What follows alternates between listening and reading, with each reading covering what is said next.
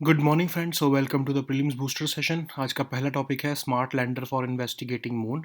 ये टॉपिक आपके science and tech के लिए इंपॉर्टेंट है। तो अभी 25 दिसंबर को जापान का जो smart lander for investigating moon है वो मून के ऑर्बिट में जो है एंटर कर चुका है। महीना लगाया है इसने अपनी जर्नी को कंप्लीट करने में। और अब जब 19 जनवरी 2024 को ये मून पर लैंडिंग अटैम्प्ट करेगा तो जापान जो है वो फिफ्थ कंट्री बनेगा वर्ल्ड में जिसने सॉफ्ट लैंडिंग की है रोबोटिक एयरक्राफ्ट की नेचुरल सैटेलाइट ऑफ मून पर। ठीक है। तो अब जो है ये इसका सक्सेस और फेलियर हमारे चंद्रयान 4 मिशन पर भी इम्पैक्ट करने वाला है। ठीक है। तो पहले तो हम देखते हैं ये स्लिम है क्या। जापान की एरोस्पेस एक्सप्लोरेशन एजेंसी ने इसको बनाया है और इसको XRISM है जो है आपका next generation X ray space telescope, उसके साथ ही इसको लॉन्च किया गया। और ये सेकेंड जापानीज अटेम्प्ट है इस साल सॉफ्ट लैंड करने का मून पर। ठीक है। तो अगर हम इसको कंपेयर करें तो स्लिम जो है वो थोड़ा लाइटर है as compared to Chandrayaan 3, because इसमें फ्यूल थोड़ा कम है। चंद्रयान 3 को तो ब्रेक लगानी पड़ी थी, उसकी वजह से जो है कंज्यूम किया गया फ्यूल ज़्यादा मून पर लैंड करने के लिए।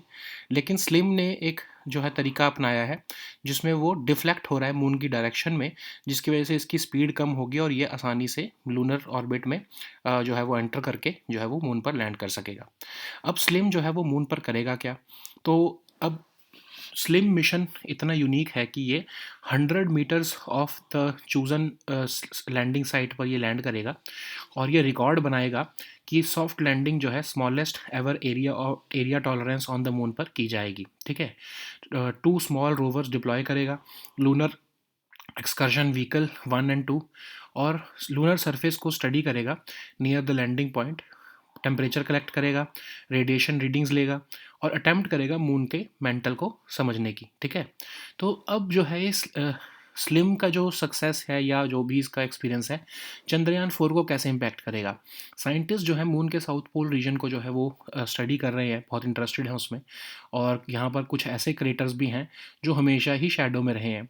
इस एरिया में ही जो है वाटर आइस भी हमें देखने को मिली है। जो फर्स्ट मिशन रहा है जो है थर्ड फेज़ का लूनर पोलर एक्सप्लोरेशन, जिसको हम चंद्रयान 4 भी कह रहे हैं, वो एक इंडिया और जापान का जॉइंट एंटरप्राइज है। और ये मून के साउथ पोल को के एरिया को ज़्यादा अच्छे से एक्सप्लोर करेगा एज़ कम्पेयर टू चंद्रयान 3। जो है जापान इसमें लॉन्च व्हीकल देगा और जो लूनर रोवर देगा, और इंडिया इसमें जो है लैंडर मॉड्यूल देने वाला है इस मिशन के लिए चंद्रयान 4 के लिए। ओके। नेक्स्ट हम टॉपिक देखते हैं trend and progress of banking in India. ये टॉपिक इकोनॉमी के लिए इंपॉर्टेंट है। तो ग्रॉस एनपीए जो रेशियो है इंडियन शेड्यूल्ड कमर्शियल बैंक्स की, वो इम्प्रूव हुई है second quarter of this financial year में। और ये आरबीआई की रिपोर्ट जो है trend and progress of banking in India जो है ये कह रही है, जिसमें कि ये देखा गया है कि डेकेड के सबसे कम लेवल पर हमारे एनपीए पहुंच चुके हैं। ठीक है। जो पहले हम आपको याद होगा 2012-13 के आसपास 10% से लेके 15% तक भी होते थे एनपीएस, वो अब कम होकर 3.2% रह गए हैं सितंबर 2023 के एंड में। ठीक है। तो नॉन परफॉर्मिंग एसेट्स होते क्या हैं। तो एनपीए बेसिकली कोई भी लोन या एडवांस दिया हुआ है जो बैंक ने, जिस पे इंटरेस्ट या पेमेंट या फिर इंटरेस्ट पेमेंट या प्रिंसिपल की पेमेंट जो है 90 दिन से ज़्यादा ड्यू हो चुकी है, उसको हम एनपीए कहते हैं। क्योंकि क्यों हम नॉन परफॉर्मिंग एसेट कहते हैं, क्योंकि बैंक्स जो है उनके लिए लोन एसेट होता है क्योंकि वो उससे इनकम जनरेट कर रहे हैं। लेकिन ये एसेट जो है ये नॉन परफॉर्मिंग हो जाता है बैंक के लिए। जब भी कोई एसेट नॉन परफॉर्मिंग हो जाता है बैंक के लिए, तो वो उनको कुछ अर्निंग नहीं देता बैंक को, है ना। कोई जो उनकी अर्निंग आ रही होती है वो रोक देता है वो एसेट। तो इसलिए उसको हम नॉन परफॉर्मिंग एसेट कहते हैं। अब अगर हम क्लासिफिकेशन करें तो सब स्टैंडर्ड एसेट्स जो हैं वो होते हैं जो एनपीए 12 महीने से कम पीरियड के लिए जो है एनपीए रहे। ठीक है। सब स्टैंडर्ड असेट्स कहेंगे उन्हें हम। डाउटफुल असेट्स वो हैं जो 12 महीने तक जो है उससे कोई हमको जो बैंक को रिटर्न नहीं जनरेट हो रहा है, उसको डाउटफुल असेट्स कहा जाता है। लॉस असेट्स वो होते हैं जिस पे आप जो है रिकवरी करना जो है बहुत मुश्किल है, बहुत कम रिकवरी वैल्यू ही उसकी मिलेगी। एनपीए की प्रोविजनिंग करते हैं बैंक्स इसीलिए। ठीक है। जितना भी लोन अमाउंट देते हैं उसका कुछ परसेंट वो जो है अपने पास रखते हैं, ताकि कुछ चांसेस हैं कि वो पर्टिकुलर लोन जो है वो बैड लोन हो सकता है। एनपीए के केस में तो 100% प्रोविजनिंग करनी पड़ती है। जो ऐसे सेक्टर्स हैं जहाँ पर लगता है कि एनपीए आएगा तो उसमें तो 100% प्रोविजनिंग करनी पड़ती है। मतलब अगर 200 रुपये बैंक के पास हैं, 100 रुपये ही लैंड करेंगे और 100 रुपीज़ ही जो है वो प्रोविजनिंग रखेंगे कि वो एनपीए जो है वो जो लोन है वो एनपीए हो सकता है। तो जीएनपीए और एनएनपीए में फ़र्क क्या है? जीएनपीए बेसिकली एब्सोल्यूट अमाउंट है जो टोटल ग्रॉस वैल्यू है एनपीएस की बैंक्स के।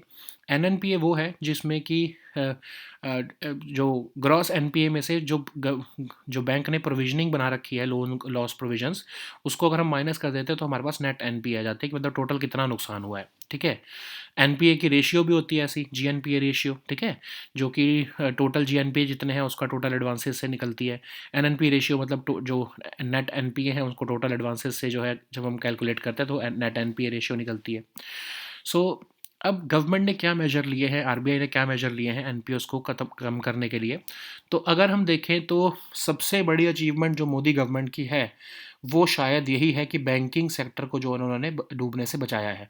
एनपीएस का मैस इतना ज़्यादा प्रॉब्लम क्रिएट करके गई थी यूपीए जो गवर्नमेंट थी, उसको जो है रिड्यूस करने का जो काम, सबसे बड़ी अचीवमेंट जो मोदी गवर्नमेंट की, बाकी जितनी भी अचीवमेंट है उनमें सबसे बड़ी यही अचीवमेंट है। ठीक है, तो गवर्नमेंट ने कॉम्प्रिहेंसिव 4R स्ट्रेटजी अडॉप्ट की, जिसमें पहले तो रिकॉग्नाइज़ किया गया कि एनपीएस को ट्रांसपेरेंटली रिकॉग्नाइज़ करो, कुछ छुपाने की ज़रूरत नहीं है। फिर उसके रेजोल्यूशन और रिकवरी जो है वो करनी शुरू करो।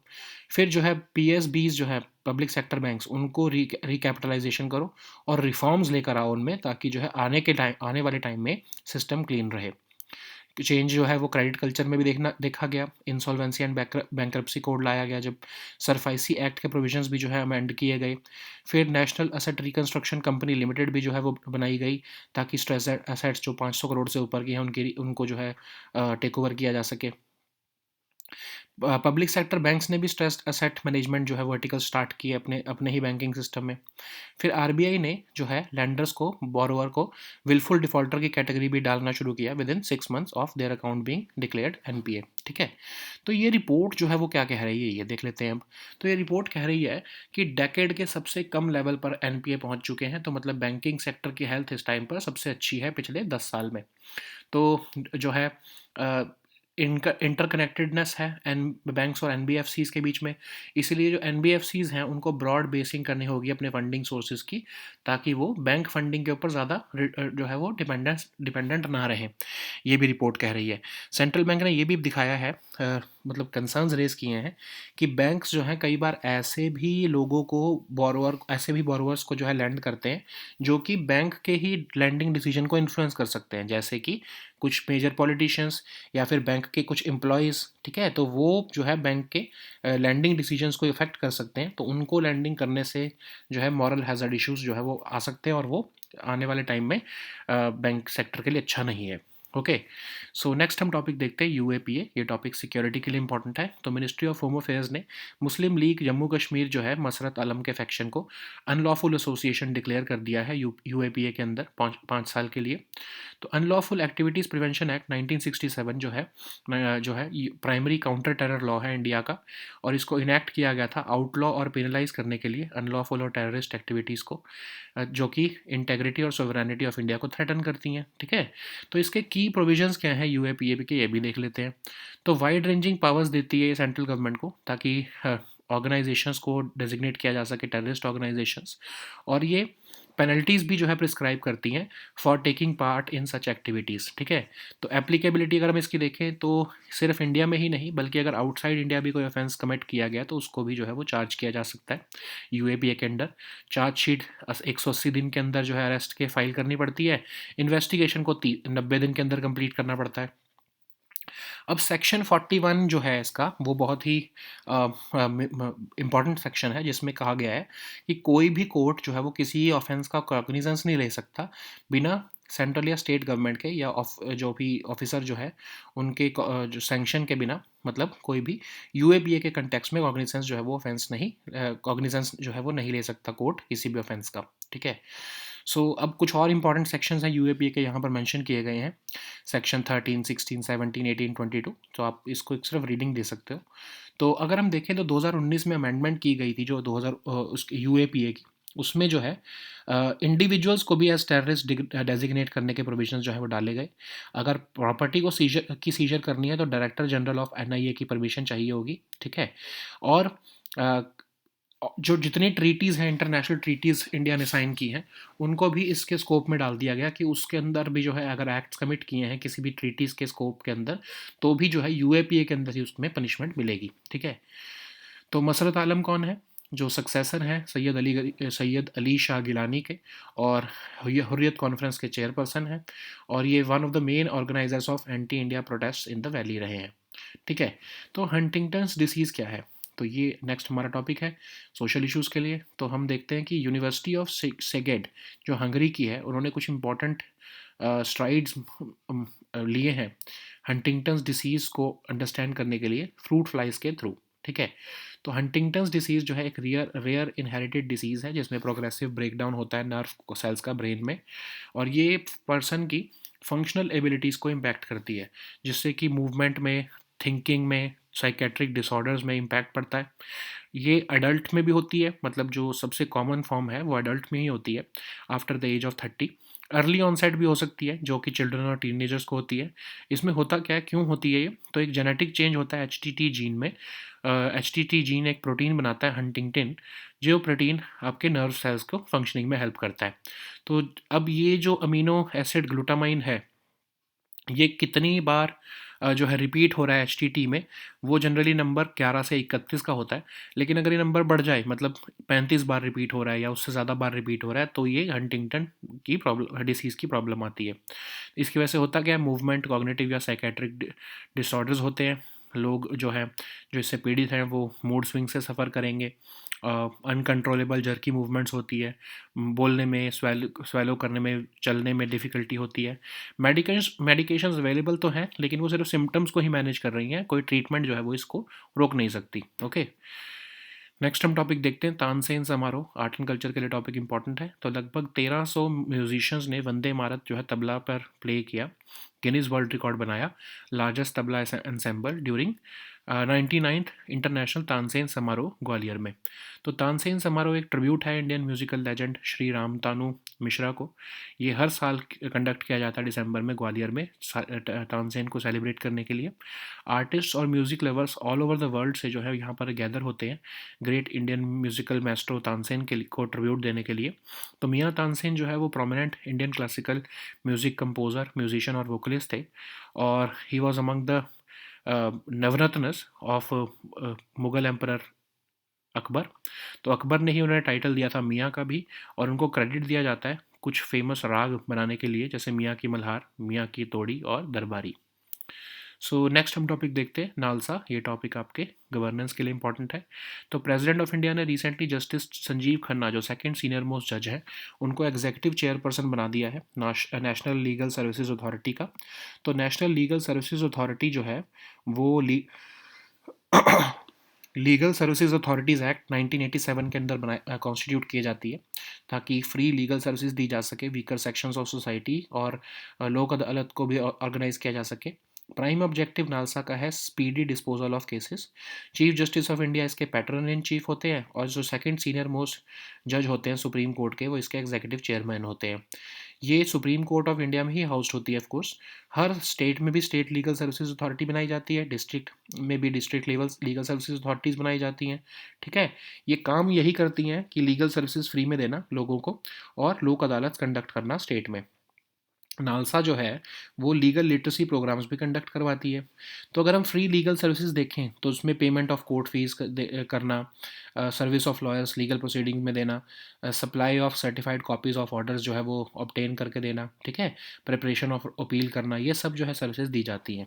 कौन लोग एलिजिबल होते हैं फ्री लीगल सर्विसेज के लिए? Women and children, members of SC ST community, industrial workman, victims of mass disasters, persons in custody, persons जिनकी एनुअल इनकम 1 लाख से कम है, ठीक है, ट्रैफिक के विक्टिम्स, ह्यूमन बींग्स या बेगर्स। तो इंडिया के कॉन्स्टिट्यूशन में भी आर्टिकल 39A कहता है कि free legal aid to poor और वीकर सेक्शंस देनी है, ये स्टेट की जिम्मेदारी है। आर्टिकल 14 और आर्टिकल 22 भी जो है ऑब्लिगेटरी बनाता है स्टेट के लिए, ताकि वो इक्वालिटी बिफोर द लॉ को जो है वो इक्वालिटी अपॉर्चुनिटी फॉर ऑल जो है उसको अपहोल्ड कर सके। नेक्स्ट हम टॉपिक देखते हैं फॉरेन एक्सचेंज मैनेजमेंट एक्ट। ये टॉपिक आपके इकोनॉमी के लिए इंपॉर्टेंट है।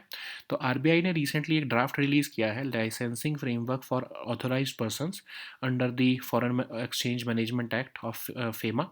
सो फेमा जो है वो सक्सेसर है फॉरेन एक्सचेंज रेगुलेशन एक्ट का। मेन ऑब्जेक्टिव इसका है कि एक्सटर्नल ट्रेड को फैसिलिटेट करे, पेमेंट्स को फैसिलिटेट करे, ऑर्डरली डेवलपमेंट और मेंटेनेंस हो सके फॉरेन एक्सचेंज मार्केट की इंडिया में। फेमा जो है वो डील करता है procedures, formalities, dealings of foreign exchange transactions in India. और फेमा जो है जो आरबीआई है उसको एम्पावर किया गया है कि वो इससे रिलेटेड रूल्स और रेगुलेशंस बना सकते हैं। तो इसकी जो वायलेशंस होती हैं वो ऑफ कोर्स उसमें पेनल्टीज़ और फाइन्स हो सकते हैं। फेमा का जो हेड ऑफिस है वो ऑफ कोर्स एनफोर्समेंट डायरेक्टरेट का ही ऑफिस होता है। और इस ये होल ऑफ इंडिया पर एप्लीकेबल होता है फेमा। और उन एजेंसीज और ऑफिसेज पर भी जो है एप्लीकेबल होता है जो आउटसाइड इंडिया लोकेटेड है। ठीक है।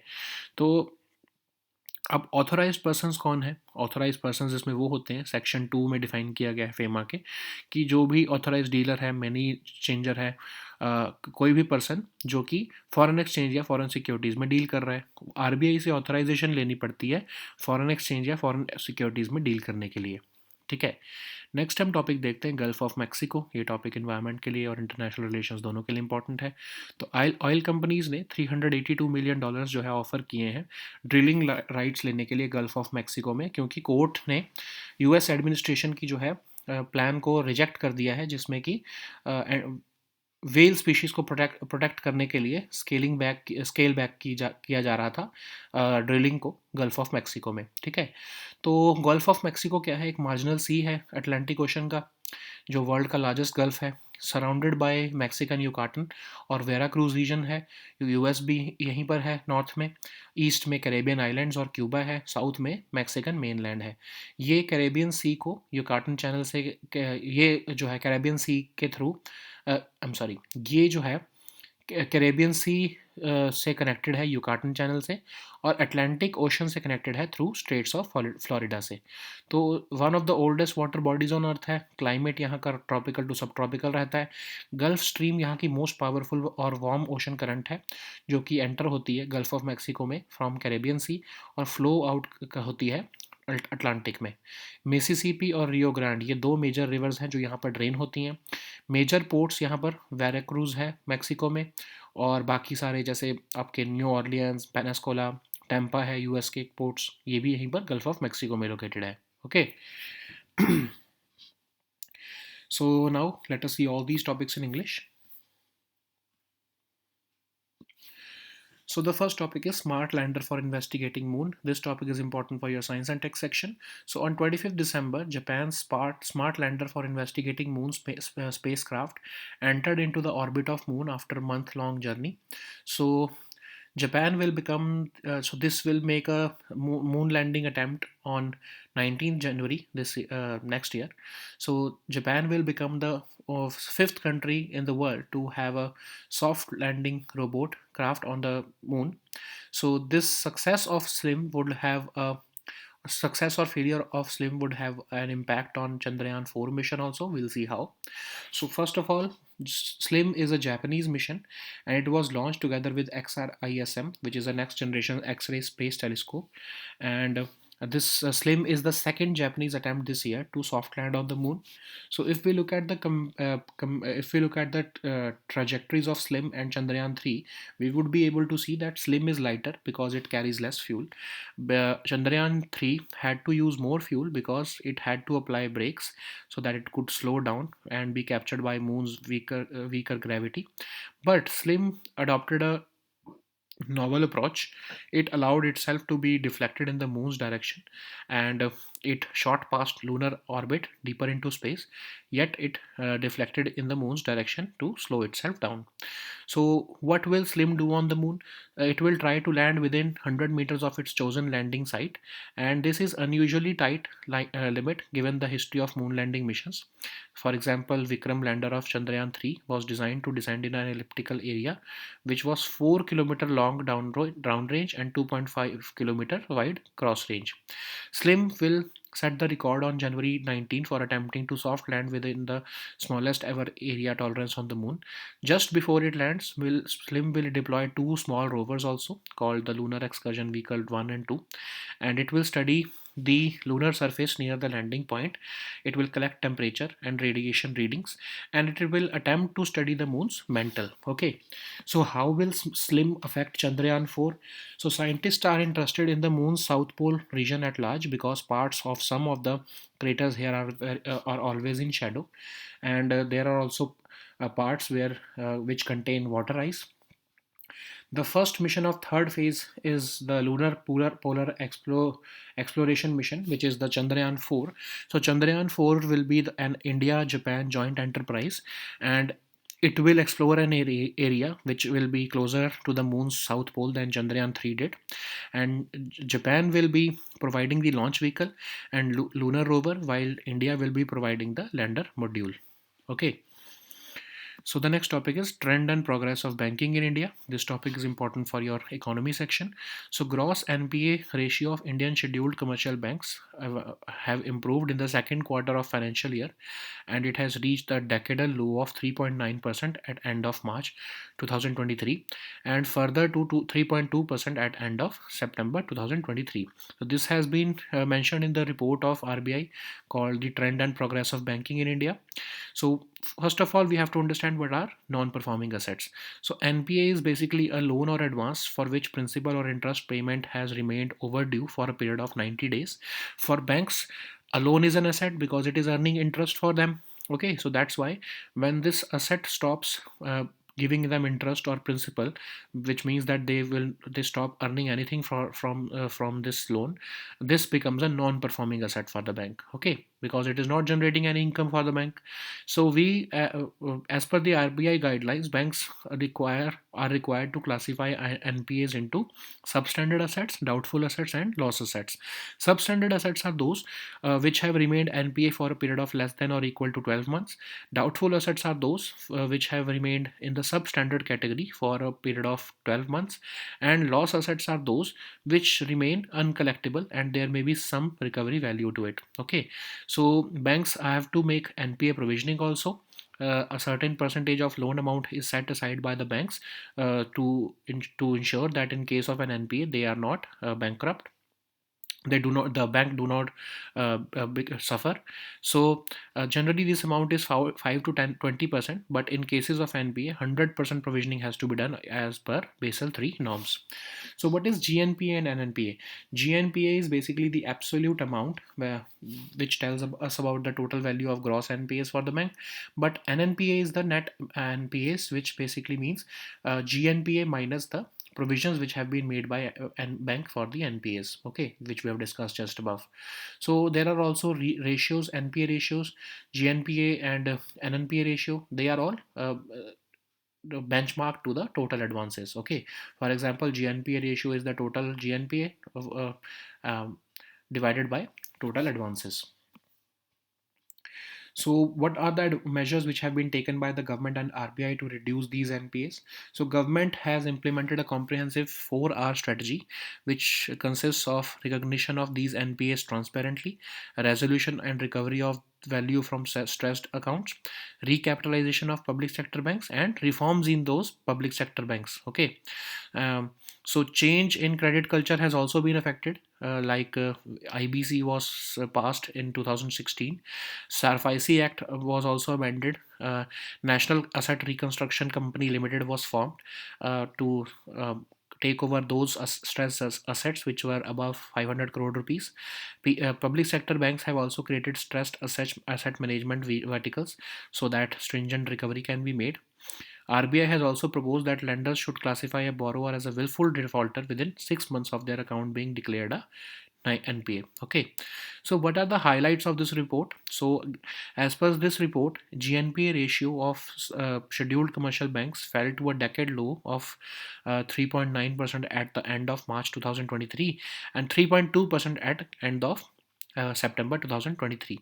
So this is a 45% reduction of GNPAs in just 1 year because of recoveries and upgradations. Okay, So this report is also saying that given the interconnectedness between banks and NBFCs, the NBFCs should focus on broad basing their funding sources and reduce their over dependence on bank funding. Central bank has also raised concerns regarding the banks lending to those borrowers who can influence the bank's decisions, and it will create moral hazard issues which will be problematic for the banks in the future. For example, if the employees are taking loans, then of course they have the ability to influence the bank's decision.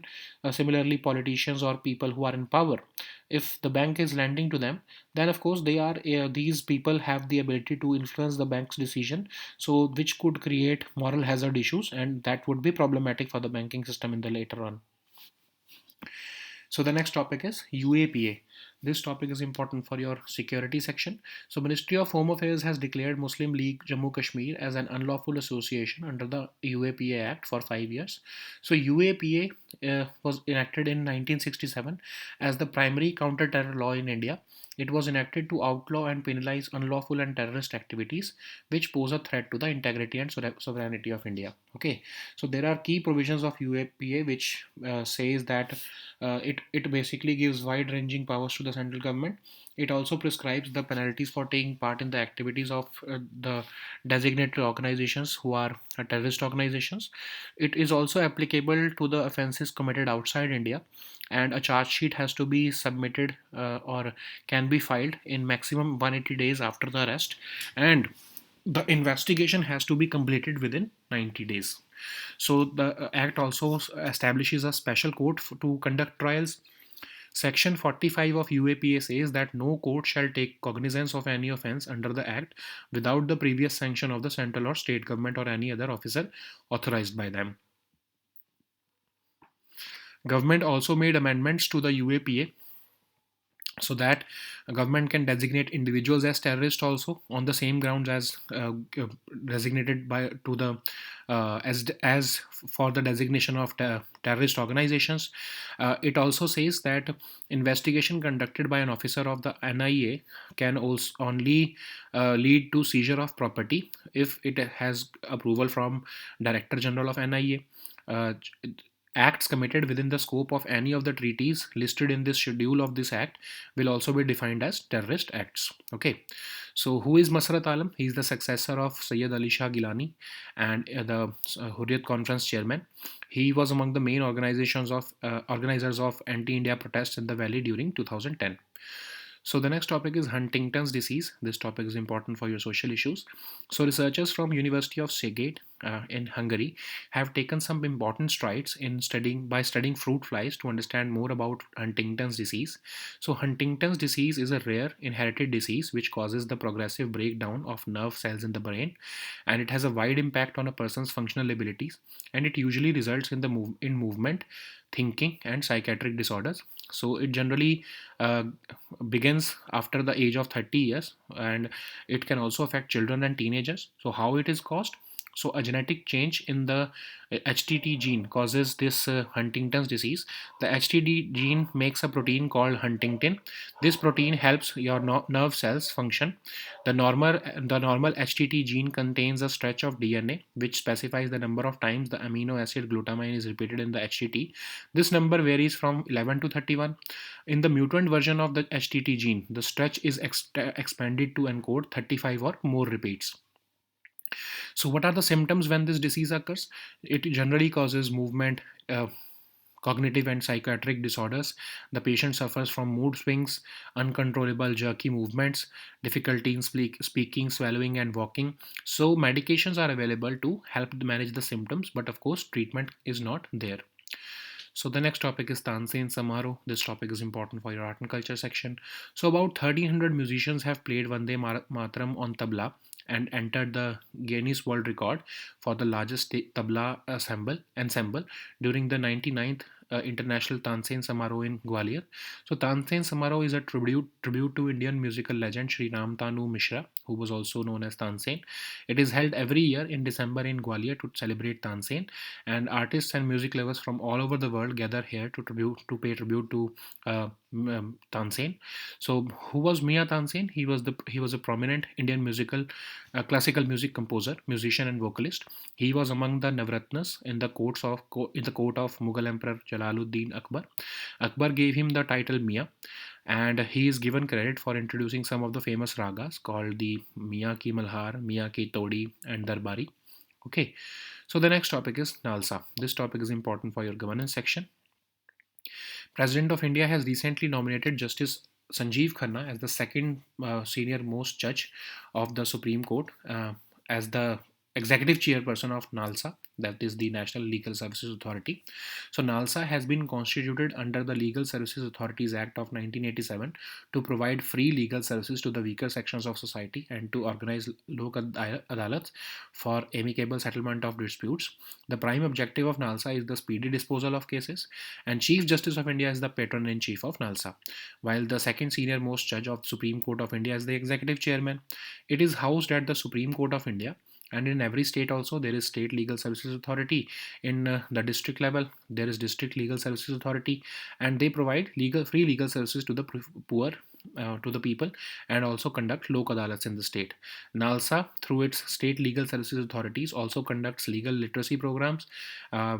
uh, the free legal services include payment of courts fee, providing services of lawyers, obtaining and supplying the certified copies of orders, preparation of appeals, etc. So who are the people who are eligible for free legal services? Women and children, members of SC/ST community, industrial workmen, victims of mass disasters, violence, flood, drought, etc., disabled, persons in custody, persons whose annual income is less than 1 lakh rupees, victims of trafficking also, and beggars also. Okay, so Article 39A also provides for free legal aid to the poor and weaker sections of society as the directive principle for the state. Article 14 and 22 of the Constitution also make it obligatory for the state to ensure equality before law and a legal system which promotes justice on the basis of equal opportunity for all. Okay. So the next topic is Foreign Exchange Management Act. This topic is important for your economy section. So RBI has recently released a draft licensing framework for authorized persons under the FEMA Act of 1999. So FEMA is the successor to FERA, Foreign Exchange Regulation Act, and its main objective is to facilitate external trade and payments and promote the orderly development and maintenance of foreign exchange market in India. FEMA deals with provisions relating to procedures, formalities, dealings, etc. of foreign exchange transactions in India. This act also empowers the RBI to make rules and regulations to carry out the provisions of the act. Violations of the FEMA can also result in penalties and fines. FEMA's head office is located in the Enforcement Directorate and it is situated in Delhi. It is applicable to the whole of India and also to those agencies and offices who are located outside India. Okay, so who are these authorized persons under FEMA?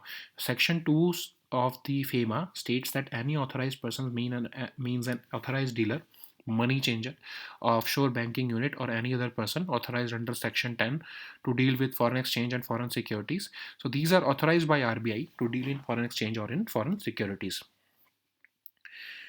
So the next topic is Gulf of Mexico. This topic is important for your environment section. So oil companies have offered $382 million for drilling rights in Gulf of Mexico after courts have rejected the US administration's plans to scale back the sale to protect an endangered whale species.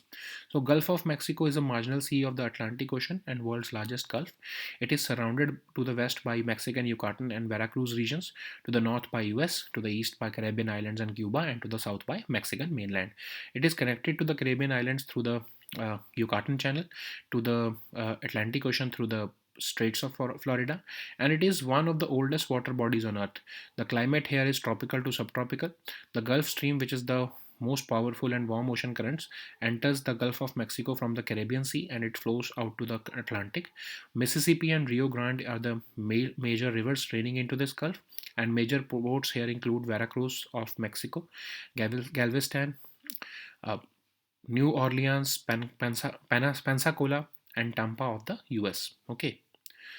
So these were our topics for today. Please also download the weekly current affairs compilation from our Telegram group today. We'll meet next time with new topics. Until then, goodbye and take care.